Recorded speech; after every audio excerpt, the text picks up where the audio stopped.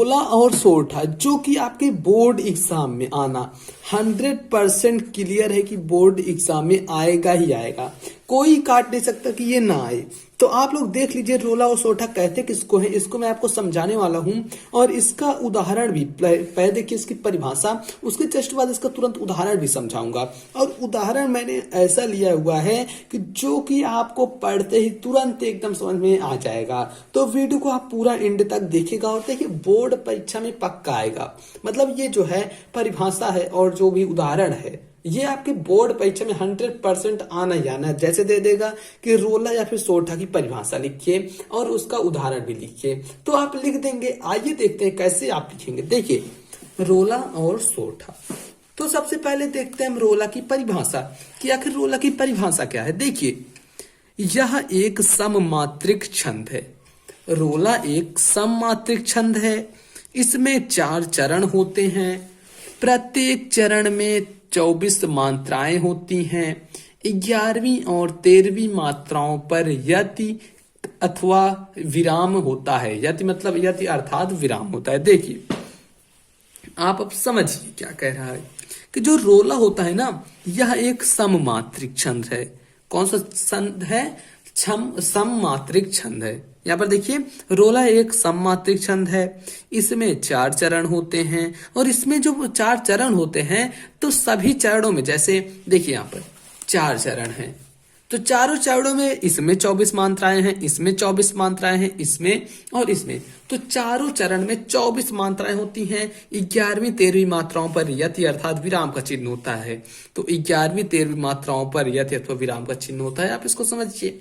अब देखिए इसके बाद इसका जस्ट उदाहरण, जो कि मैंने बहुत ही अच्छा एकदम सटीक उदाहरण लिया है, आपको तुरंत ही समझ में आ जाएगा। देखिए जीती जाती हुई जिन्होंने भारत बाजी, निज बल से बल मेट विधर्मी मुगल कुराजी, जिनके आगे ठहर सके जंगी न जहाजी, है ये वही प्रसिद्ध छत्रपति भूप शिवाजी।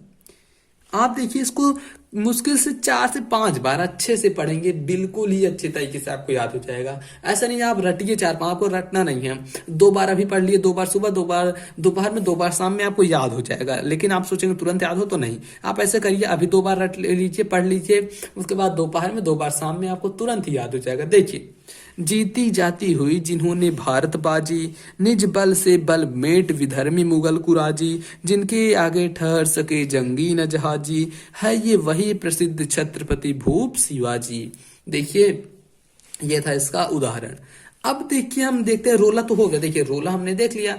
अब देखते हैं सोरठा किसे कहते हैं, उसका भी उदाहरण हम आपको समझाते हैं। तो अब देखिए हम आ गए सोरठा पे।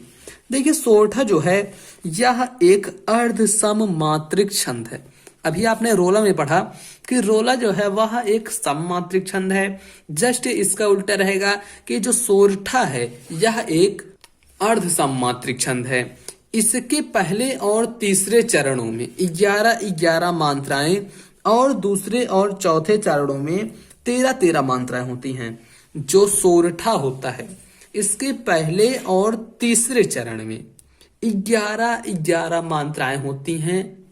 दूसरे और चौथे चरण में 13-13 मात्राएं। आप इसको याद करिए। सोरठा जो होता है यह एक अर्धसममात्रिक छंद है। इसमें इसके जो पहले और तीसरे चरण होते हैं इसमें 11-11 मात्राएं, दूसरे और चौथे चरण में 13-13 मात्राएं होती हैं। अब देखिए विषम चरणों के अंत में एक गुरु और लघु मात्रा का होना आवश्यक है। इसको आप लिख भी सकते हैं, नहीं भी लिख सकते हैं। देखिए अब इसके बाद देखिए है उदाहरण। उदाहरण लिखना मोस्ट इंपॉर्टेंट हो जाता है कि उदाहरण अगर आप लिख देते हैं तो आपको 1 नंबर समझिए उदाहरण के ही मिल जाते हैं। देखिए है उदाहरण है, जो सुमिरत सिद्धि होय गण नायक करिबर बदन, जो सुमिरत सिद्धि होय गण नायक करिबर बदन, करहु अनुग्रह सोय बुद्धि राशि शुभ गुण सदना। देखिए सदन है, सॉरी, देखिए जो सुमिरत सिद्धि होय गण नायक करिबर बदन, करहु अनुग्रह सोय बुद्धि राशि शुभ गुण सदन। इसको आप पढ़ेंगे तो ये थोड़ा सा मैं कह सकता हूँ थोड़ा सा बस डिफिकल्ट है, लेकिन इसको भी अगर 2 दिन में आप याद करना चाहे याद कर सकते हैं। हर दिन आप सिर्फ 2-2 मिनट टाइम दीजिए, 2 से 3 दिन में आपको अच्छे से याद हो जाएगा, आप इसको कभी नहीं भूलेंगे। सोरठा की परिभाषा फिर से आप देख लीजिए, इसके सोरठा की परिभाषा क्या होगी। यह एक अर्ध सममात्रिक छंद है। इसके पहले और तीसरे चरण में 11-11 मात्राएं और दूसरे और चौथे चरण में 13-13 मात्राएं होती हैं। इसका उदाहरण देख लीजिए, जो सुमिरत सिद्धि हो गण नायक करिबर बदन करहु अनुग्रह सोय बुद्धि राशि शुभ गुण सदन। ये हो गया इसका एक उदाहरण।